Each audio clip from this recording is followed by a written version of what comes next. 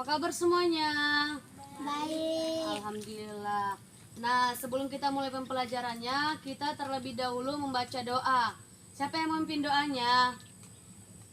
Oke, kita baca sama-sama aja ya. Oke. Bismillahirrahmanirrahim. Alhamdulillahirabbil alamin. Ar-Rahmanir-Rahim. Maliki yaumiddin. Iyyaka na'budu wa iyyaka nasta'in. Ihdinas siratal mustaqim. Siratal ladzina an'amta 'alaihim ghairil maghdubi 'alaihim waladdallin. Amin. Oke, baiklah. Di sini kakak terlebih dahulu mengabsen kalian ya. Noni, Saya Kak. Sipa, Saya Kak. Aini, Adil Kak. Sakina. Saya Kak. Oke, baiklah. Materi kita hari ini tentang bagaimana tubuh mengelola makanan. Ada yang tahu bagaimana tubuh mengelola makanan? Ada Kak. Ya, gimana? Dengan cara diolah menjadi energi yang dibutuhkan oleh manusia. Ya, betul. Nah, seperti yang dijelaskan sebelumnya, makanan dimasukkan dalam tubuh kemudian diolah menjadi energi yang dibutuhkan oleh manusia. Makanan diolah tubuh menggunakan sistem pencernaan. Sistem pencernaan ini adalah sistem yang dilakukan oleh organ tertentu di dalam tubuh yang berfungsi untuk mengolah dan mencerna makanan. Nah, di sini ada beberapa proses yang dilakukan oleh organ dalam tubuh. Oke, yaitu mulut.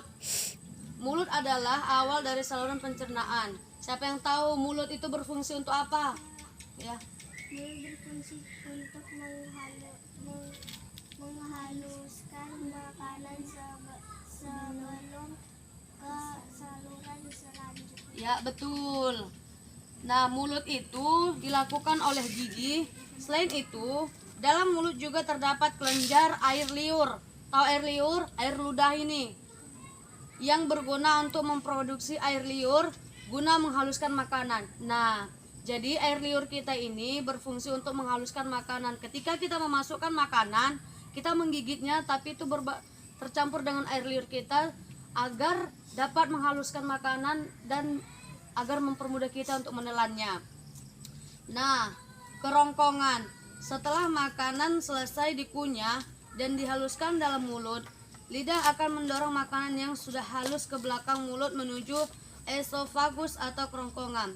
Siapa tahu di sini fungsi dari kerongkongan? Kak. Kerongkongan berfungsi sebagai penghubung antara mulut dan lambung. Ya, betul sekali. Kerongkongan itu berfungsi sebagai penghubung antara mulut dan lambung. Antara mulut ke lambung, oke? Dan selanjutnya lambung. Kalian tahu lambung kan? Tahu Kak. Makanya terkadang kita ada yang sakit lambung lah, sakit apalah. Lambung itu apabila kita tidak memakan makanan atau kita tidak makan, lambung itu jika tidak ada isi dari lambung kita itu, maka dinding-dinding lambung itu akan mengikis-ngikis lambung kita dan mengakibatkan yang bocor lambung lah, yang sakit lambung lah. Makanya adik-adik sekalian, kalau pagi jangan lupa sarapan sebelum pergi sekolah. Ya, betul. Nah, lambung adalah organ penyimpan makanan yang dapat memuat 1-2 liter makanan. Dalam lambung, makanan akan bercampur dengan enzim dan cairan dalam lambung agar makanan menjadi lebih halus lagi. Nah, kadang kan kita kan makan cabai, makan saus cabai lah. Itu kan bijinya itu, kan kalau kita makan bijinya itu terkadang tidak tergiling oleh lambung. Makanya dari situ adik-adik sekalian, jagalah pola makanan kalian. Kalau kalian kecil-kecil gini makan makanan sembarangan, itu mengakibatkan sakit lambung. Makanya yang pertama itu jaga kesehatan. Kalau pagi sarapan pagi, terus makan tepat waktu agar kalian tidak mempunyai sakit lambung. Selain itu, cairan dalam lambung juga berfungsi untuk membunuh kuman dan virus yang ada pada makanan supaya tidak menyebabkan penyakit. Selanjutnya ada juga usus halus. Oh iya, fungsi lambung ada yang tahu? Oh. Lambung berfungsi untuk membunuh kuman dan virus yang ada pada makanan supaya tidak menyebabkan penyakit. Nah, seperti yang kakak bilang tadi, lambung itu berfungsi untuk membunuh kuman dan virus yang ada pada makanan supaya tidak menyebabkan penyakit. Itulah fungsi dari lambung. Fungsi lambung itu banyak sekali. Itu dapat membunuh kuman yang setelah kita makan, lambung itu dapat membunuh kuman atau virus-virus. Nah, di sini juga ada usus halus. Usus halus itu setelah selesai dicerna di lambung, otot lambung akan mendorong makanan agar bergerak ke usus halus. Tahu usus halus kan? Ada dia di dalam tubuh kita ini ada usus halus, usus besar. Dia ada dua, usus halus, usus besar. Nah, jadi usus halus ini berfungsi untuk menyerap air dan nutrisi dari makanan ke dalam aliran darah. Usus halus memiliki fungsi penting karena organ inilah yang bekerja untuk memilah makanan yang baik untuk tubuh. Nah, ini tadi usus halus. Ini sekarang kakak akan menjelaskan usus besar. Karena di dalam tubuh kita ini ada usus halus, usus besar. Usus besar, usai diserap dari usus halus, ada sisa-sisa makanan yang tak bisa dicerna.